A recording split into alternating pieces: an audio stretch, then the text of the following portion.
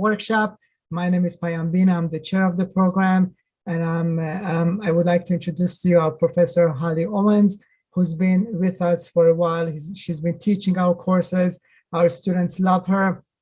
And this workshop is going to be phenomenal. She's going to be talking about tools and the ways of utilizing an online environment. So I think this is going to be great. So with no further ado, please, Holly Owens, it's all yours. Thanks, Payam. So welcome everyone to the GST workshop. As Payam said, I've been teaching with ITP, I think for almost 3 years now. And I love it. I love the team. I love the group. I love the program. The students are amazing and we have a really wonderful time in the program. So if you want to hit up that informational session to join us in this master's program, I highly, highly recommend it. And tonight, what I'll be presenting to you is some innovative tech tools to use in the online space. So it's really difficult in terms of motivating learners in this online space. We're going back to school. We might be hybrid, or we might still have places where we're online. So I want to give you some tech tools that you can kind of use in different areas of your courses or your lessons, just to give you some ideas of what you can do to motivate your learners. So a little bit about me. I am an instructional designer. So I work with another company. I do instructional design. I've been doing that for about 10 years now. I teach online, have been doing that also for a decade now. It's really hard to, think about the time flies. I also host a podcast, which is called Ed Up Ed Tech, and that's the picture you see here, where I talk to industry leaders from the educational technology space or instructional design online. And we have conversations about where the industry is going, what they do at their companies. It's really fun.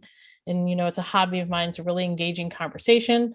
I'm an educator. I started out my career as a high school teacher, and then I transitioned into higher education. And I really, at this point, I think I can consider myself an ed tech guru when it comes to ed tech or instructional design type situations. So as educators, it's really important for us to be open to new ways of learning, to new ideas, because the students that we have coming in our classrooms, the Gen Zers, the Gen Alphas, yes, Gen Alpha is coming into our classroom, and thinking about the characteristics and the environment in which they are working in, they're living in, the parents that are raising them. It's important for us as educators to be open to learn something new every day. And I'm sure those of you that are in the classroom, that is what you're doing. You're learning something new about yourself, you're revising a lesson, or you're learning something new about your students and their needs every day. So I like to put into perspective when we're talking about educational technology as a sector, what it looks like. So in 2020, there was $803 million invested in educational technology companies. Now that includes things that are in the classroom space, everything that, the ones that I'm going to talk about here that were started, some just a few years ago, but that also includes things that support outside of the classroom. So different educational technologies that might keep, like public safety, making sure student information systems, data, analytics, those sorts of things, those are also included in educational technology. And this year, and we're already halfway through the year, that's expected to reach over 1 billion invested. So people are putting money behind educational technology and supporting the efforts and making sure that learning continues to happen in a post-COVID world, and that it's important that we have access to these tools. All right, so I want to talk to you. I actually have 4 different areas that I want to go over tonight. So I want to talk a little bit about ed tech and what that is. I also want to talk about 3 different technologies, and I have a bonus one for you as well. And as we get into these conversations about the different educational technologies, I encourage you to type in the chat, to stop me and say, hey, I've used this before, and share an activity that you've done that you think is fantastic and you want to share with other educators or other people in this space. It's really important that we are sharing what we're doing and how we're being successful. Sorry, my mouse is very sensitive. How we're being successful in the classroom. There's this term of borrowing. We're not stealing, we borrow things. So I want to make sure that you type in the chat or also turn on that mic and that video and share the wonderful things that you're doing in your very own classroom. So here we go again. Here's some more statistics. So I looked some things up online. There's about 57 million students in public schools, and roughly about 1,500 ed techs on the market, what I talked about in the classroom outside of that space, but there's one educator. That's you. That's you coming into the classroom, that's you giving the students the experience that they need to matriculate through, K through 12, go to higher education or whatever program that they're in, and you're helping them be successful in what they do and go out into the real world and do what they love and what they're passionate about. So I approached this presentation from the concept of motivation and what that means for different types of people. And the courses that I teach, we talk about the two different types of motivation. We talk about extrinsic, which is that internal, that reward like money, or you're getting something, you're getting a sticker, you're getting extra credit, and then that intrinsic motivation where it's innate in us. We just want to do it. We have this passion about it. We want to change something. So it's important to consider this when you're choosing the educational technologies that you're using in the classroom. Is this going to be something that you're going to use in the classroom that's going to help the students? Is it going to motivate the students? Is it going to enhance the lesson? Or is it going to create a barrier? Because we don't want to do that. We want to create something that it's a safe space. They're learning, they're having fun at the same time, you as well. So when we think of that motivation, we want to start, we want to try something new. We're trying it out. We may be test piloting a new technology. So think about how motivation is tied to this element of incorporating instructional technology into our classrooms. All right, so Ed Tech Explained. You got to use what works for you. Now I'm going to talk about several different educational technologies that I consider to be ones that are very purposeful for use in the industry, in your classroom right now. And you may have some other ones that you think are fantastic. You don't have to use everything. Every semester or every school year when I was teaching, I would approach ed tech in a way where I would say, I'm going to try these two educational technology tools for this semester and see how they work. I'll share a short story. I used to work with a bunch of educators who were manually grading papers. They're manually grading like exams, tests, quizzes, all those different things, running the copy machine and getting jammed or whatever. What I started doing, and I had people catch on to this, is I started using student response systems. So this is back in the days. This was like the early 2000s. And in between the 5 minutes that we had between the different periods, what I would do, because the technology lent itself to this, was I would put the grades for the students, because they were responding on these electronic devices, into the grade book. 5 minutes. So I wasn't taking the papers home. I was using what works and what increases that ability for me to step into a creative realm and also do other things with my students, but I was using what works. So I think it's so important to take that into consideration when you're using ed tech. So there's so many different shiny type tools, and there's only 24 hours in a day, and hopefully you're sleeping through some of that. And also you're taking time for self-care. But there's all these different these different instructional technologies, educational technologies, and we do get distracted by the fact that some, they do these wonderful things, but they may not be purposeful for what we're doing in the classroom right now. So make sure you're taking time to evaluate those ed tech tools. And I actually had my students in one of my classes this semester, they evaluated an ed tech based off of different accessibility standards. So looking through a lesson or an ed tech to see what kinds of accessibility features that the educational technology provided. So make sure you're doing that sort of evaluation of what you're using. So one of the things that I keep in mind in taking this evaluative approach when I consider educational technology and implementing its use in my classroom is the CRM approach. So is it clear? Is it clear my goal or my purpose behind using a certain technology and in keeping in mind the connection or the synergy with the content? Is it something that's going to be clear to me and also clear to my students? Is it relevant? So is it relevant to my content? Is it relevant to what we're doing? Does it serve the purpose? And is it meaningful?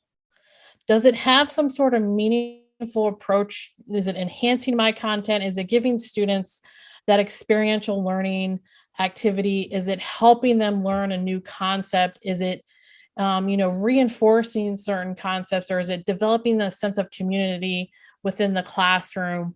Does it have that meaning? So when I take this approach and I find that an ed tech meets these different, the CRM, the clear, relevant, and meaningful, I find that the ed tech is normally successful in my classroom or in my lesson that I'm planning to use it for. So I always have that CRM, just remember, clear, relevant, and meaningful. And you can use this approach in different areas, not just when it comes to the educational technology. You can use this approach with your lessons or when you're building your courses. If you're using a learning management system, say like Google Classroom. So CRM, is it clear? Is it relevant? Is it meaningful?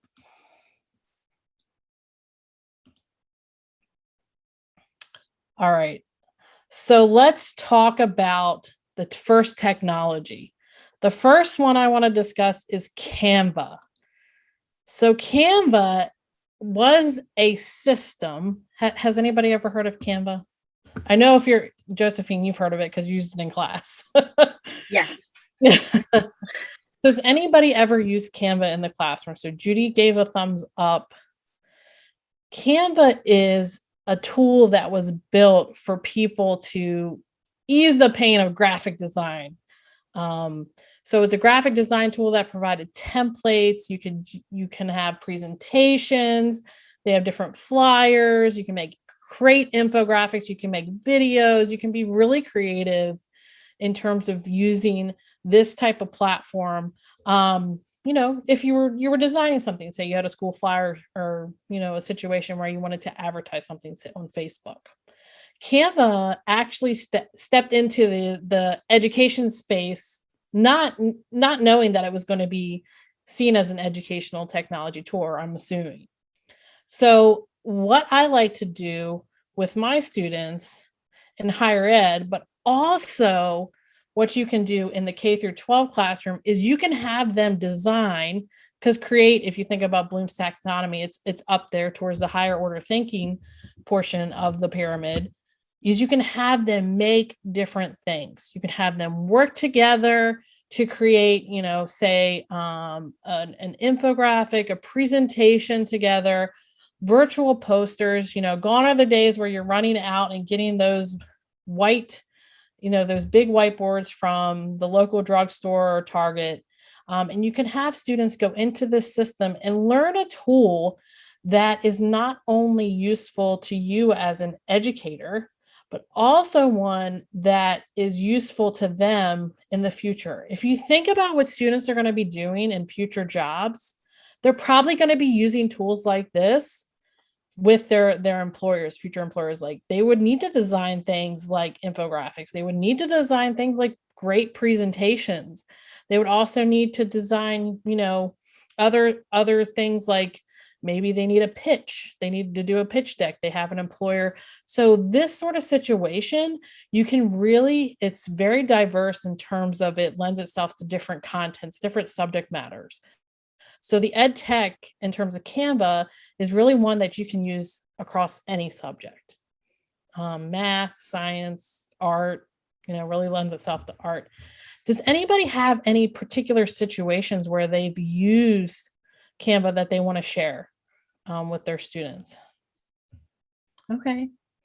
I've mostly used it, like I said, for the infographics for the students because it helps them conceptualize accessibility and universal design for learning and keeping things simple, but still spreading the message. But there's other ways, like I've said here, that you can use this tool. So this is Canva for Education, is free. You can sign up for an account with your school email and you get access to the tools. So it is something that is free, and everything that I'm talking about here is free, but some of them have limitations in terms of how many different things you can create or what you can access. All right, let's talk about the second technology. It's called Parlay. Has anybody ever heard of Parlay? Okay. I have. You have, Judy? Yes, yes.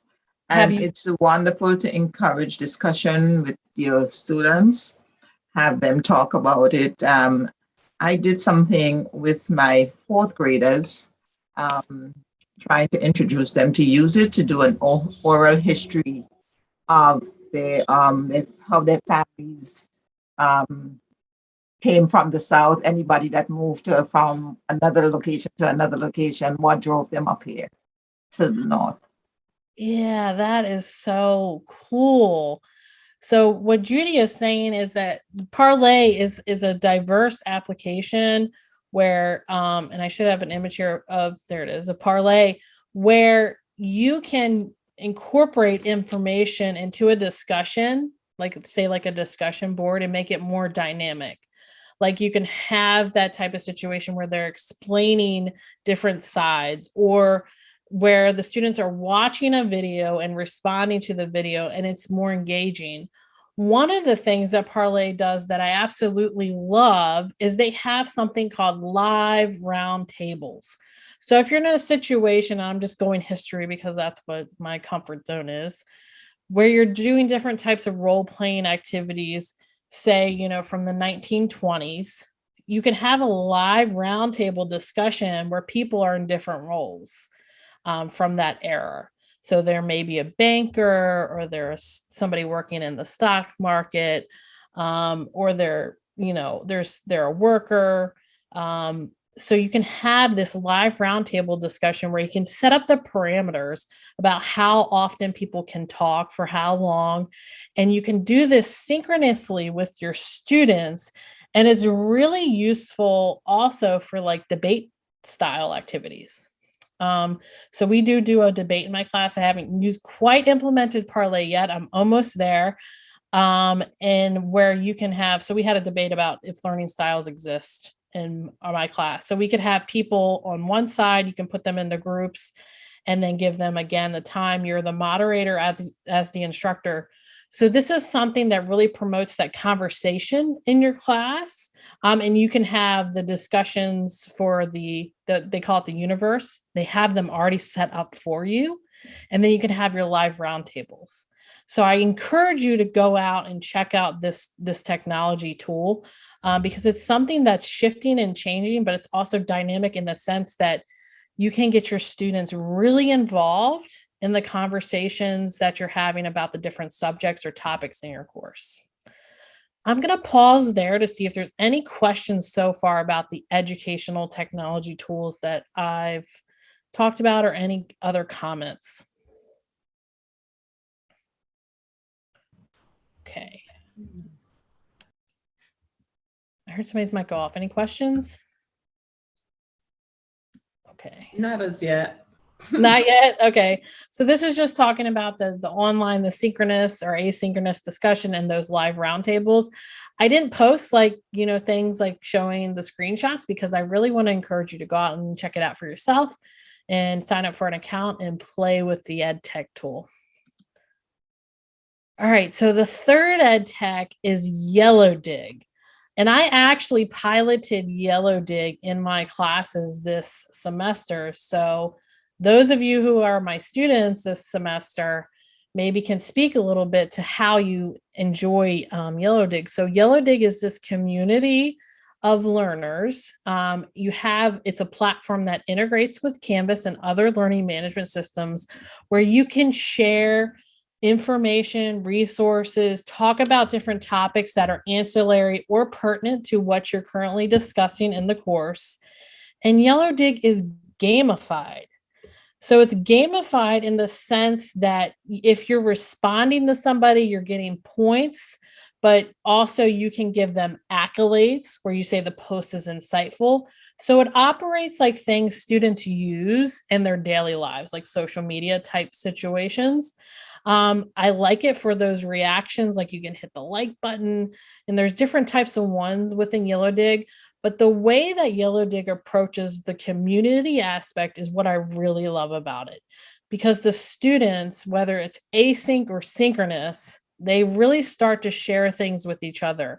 And in my courses, what I've seen is that a lot of different resources have gotten shared that other students who are teachers and educators, designers, technologists may have not known about otherwise. So they're sharing things, back to school, things that are happening in the news when it comes to instructional design, or videos they found out on the web, or other great ed tech tools. So it's really a place for this positive interaction, and you're developing this community throughout your course. And it's something that continues. So the students will continue to, maybe they'll find an accountability partner, or they'll find somebody that they really connect with and they want to continue talking to. And I think this is so important, especially in the virtual environment, for developing the sense of community and purpose in our classes, that we're all a team and that we need to come together and support each other in everything that we're doing. I'll pause there and see if any of my students have feedback. Hey, Holly. Hey. I could speak of Yellow Dig. It's really cool. So like Holly said, she creates a discussion, and then we go back and forth. We add our comments to it, our suggestions, how we feel about it. We're also within the community, we've been sharing resources. Recently, we've been sharing like different professional development calendars that we have seen, or different courses maybe that we took this summer and are suggesting, are free and maybe want to look into, or even just articles on the topic that she discussed that week. If it's going to help us like create a better infographic, or the details of using alt text for accessibility. So Yellow Dig's really cool, and it's very, very user friendly and interactive. And it's fun to watch your points go up. Yeah. I think that's the one thing, is the motivating factor behind that, is you get points for doing stuff, and it goes back into the grade book. So that's that intrinsic motivation in play. And I came up with a few different other types of scenarios. We talked about current events or just sharing good news, but there's also the opportunity. My students did something in class where they looked at an ed tech and then they shared out the information. So it's another place where you can have sort of this crowdsourcing. You can do peer review, have vocabulary list of difficult concepts, even ask for help other students. So it really provides some sort of clarity in the community, and also in the course for the topics that you're talking about. So thank you, Josephine, for sharing that. And it is really easy to use. It, like I said, it's stuff that we encounter in our everyday lives. It most reminds me of LinkedIn, because I'm on LinkedIn a lot, but Facebook, Instagram, you can share pictures. And I told the Yellow Dig people recently, when I gave them some feedback, they need some animated GIF files, so that it can make that even more dynamic. So it's something where you can make it as regulated as you want, or you can make it as an open space.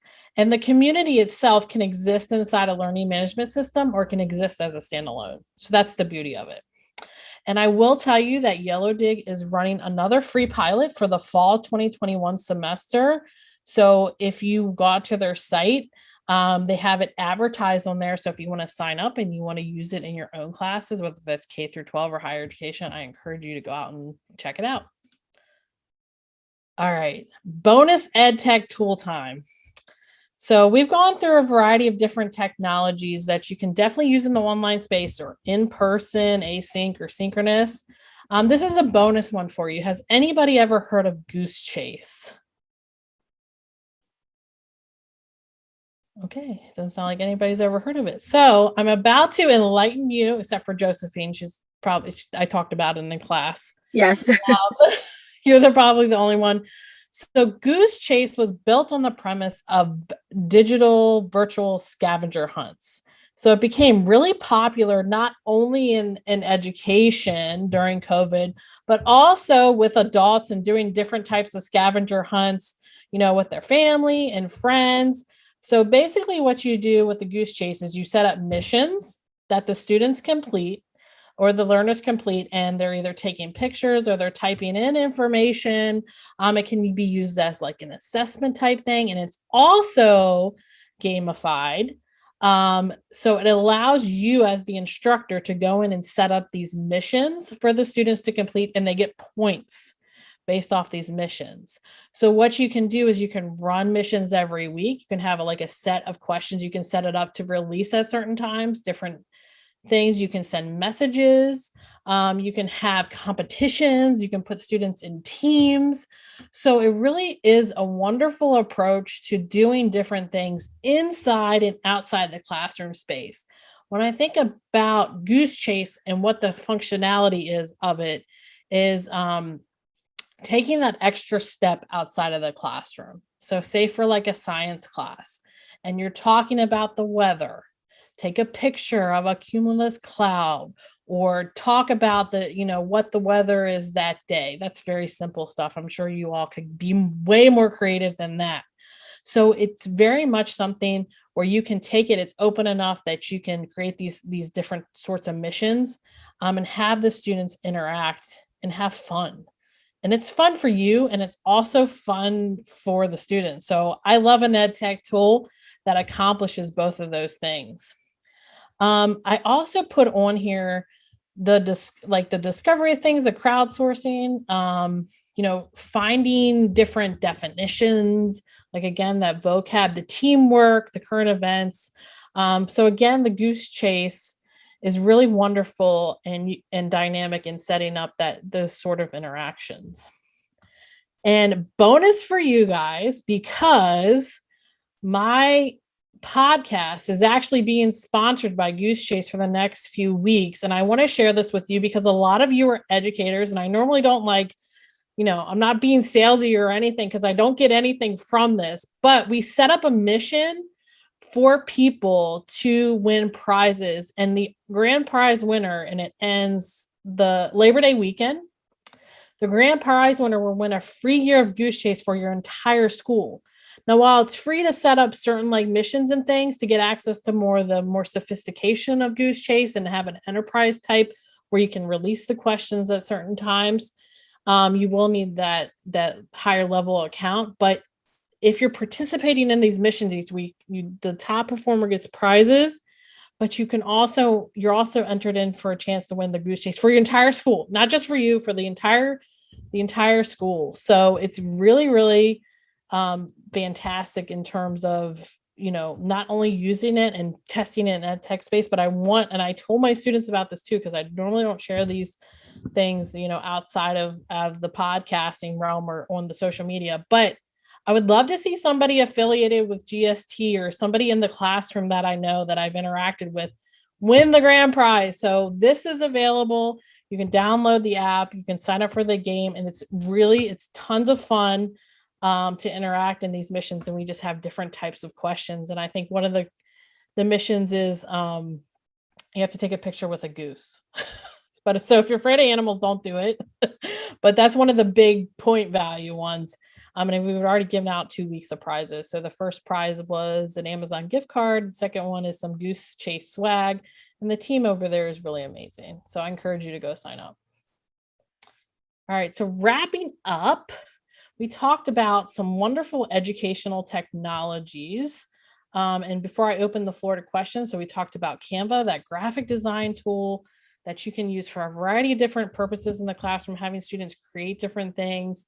Talked about Parlay, making those discussions more engaging, maybe doing a sort of live roundtable, Yellow Dig, promoting that sense of community, and the Goose Chase and the gamification of doing like a scavenger hunt or exploratory activity with your students. It's just, these things are just so wonderful. And I love it how they all serve a different purpose in the classroom. So I want to know, how will you ed tech today? And then going back into your classroom, what are some of the things that you're thinking about doing based off what you heard here? And what are some of the other, before we, go into questions, what are some of the other educational technologies that everyone is using in the class that I just so want to hear about? Anybody using any other ones that they want to share, or you're just here to hear this presentation? Well, most schools that I know of, they use Google Classroom for the younger students. Yep, that's a good one. I love Google Classroom as a learning management system, especially for K through 12. And I know Josephine was just explaining this to me on Sunday night because my younger sister is going into 7th grade, and how it's all in one with the Google products. It's really nice to have that seamless integration. When you're using LMS, and the students get to keep their artifacts. So anything that they submit goes into their drive. That's a really wonderful, Google's done a really nice job of providing a free platform for educators and for students to learn in. Yep, that's a good one. Anybody else?